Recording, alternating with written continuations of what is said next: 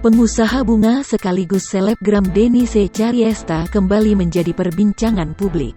Pasalnya, wanita yang akrab disapa si cadel ini baru saja mengungkapkan bahwa akun TikTok miliknya tengah dihack.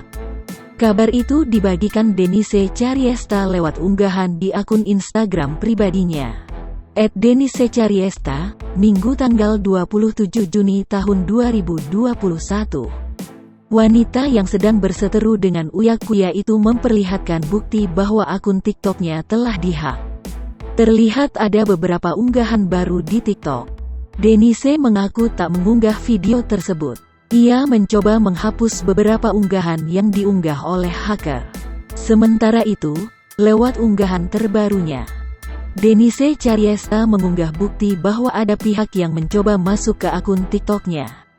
Pengusaha bunga itu mengaku akan melaporkan ke polisi atas tindakan hacker yang telah mengotak-atik TikToknya.